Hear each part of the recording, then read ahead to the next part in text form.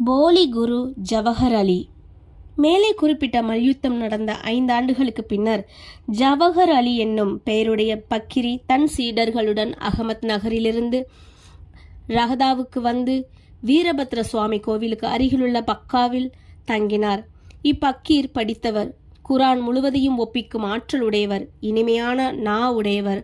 கிராமத்தை சேர்ந்த பல மதப்பற்றும் பக்தியுடைய மக்கள் அவரிடம் வந்து மரியாதை செய்ய தொடங்கினர். அவர் அந்த கிராம மக்கள் உதவியுடன் வீரபத்ரர் கோயிலுக்கு அருகில் ஓர் இத்கா தினத்தன்று முகமதியர் தொழும் இடத்தில் முன்புள்ள சுவர் கட்டத் தொடங்கினார். இவ்விஷயத்தை பற்றி சில சர்ச்சைகள் உண்டானதால் ஜவஹர் அலி ரஹதாவை விட்டு புறப்பட வேண்டியதாயிற்று. பிறகு அவர் சீரடிக்கு வந்து பாபாவுடன் மசூதியில் தங்கினார். அவருடைய இனிமையான வாக்குகளால் மக்களை கவர்ந்தார். பாபாவை தன்னுடைய சீடர் என்று கூறத் தொடங்கினார். பாபாவும் அதை மறுக்கவில்லை. அவரின் சீடராக இருக்க சம்மதித்தார். குரு சீடர் இருவரும் ரஹதாவுக்கு திரும்பி அங்கு வசிக்க முடிவு செய்தனர். குரு சீடரின் மதிப்பை அறிந்திருக்கவே இல்லை. ஆனால் சீடர் குருவின் குற்றங்களை உணர்ந்திருந்தார். எனினும் அவரை மதிக்காமல் இருந்ததில்லை. பாபா தமது கடமைகளை கவனத்துடன் ஆற்றிக்கொண்டு வந்தார். தமது குருவிற்கு பல்வேறு விதங்களில் பணிபுரிந்தும் வந்தார். சீரடிக்கு அவர்கள் அடிக்கடி வருவது வழக்கம். ஆனால் அவர்களின் முக்கிய இருப்பிடம் ரஹதாவாகும். சீரடியில் உள்ள பாபாவின் அன்பு சீடர்கள் அவர்களை விட்டு ரஹதாவில் தங்கியிருப்பதை விரும்பவில்லை. எனவே அவர்கள் ஒரு கூட்டமாக ரஹதாவுக்கு சென்று பாபாவை இத்காவுக்கு அருகில் சந்தித்து தாங்கள் வந்த காரணத்தை கூறினார்கள். பாபா அவர்களிடம் பக்கிரி ஒரு கோபக்கார குணங்கெட்ட மனிதர் என்றும் தான் அவரை விட்டு வர முடியாது என்றும், எனவே பக்கிரி வருவதற்குள் எல்லாரும் திரும்பி விடுவது நல்லது என்றும் கூறிக்கொண்டிருந்தார். அப்போது பக்கிரி திரும்பி வந்து தனது சீடனை அவர்களுடன் அழைத்து செல்ல முயன்றதற்காக அவர்களை கோபித்தார். சில விவாதங்களும் தகராறுகளும் நிகழ்ந்தன.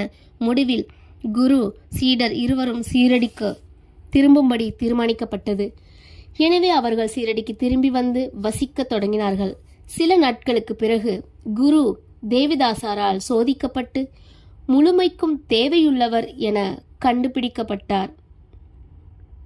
பாபா சீரடிக்கு கல்யாண கோஷ்டியுடன் வருவதற்கு 12 ஆண்டுகளுக்கு முன்பு இந்த தேவிதாசர் 10 அல்லது 11 வயது பாலகனாக மாருதி கோயிலில் வசித்து வந்தார்.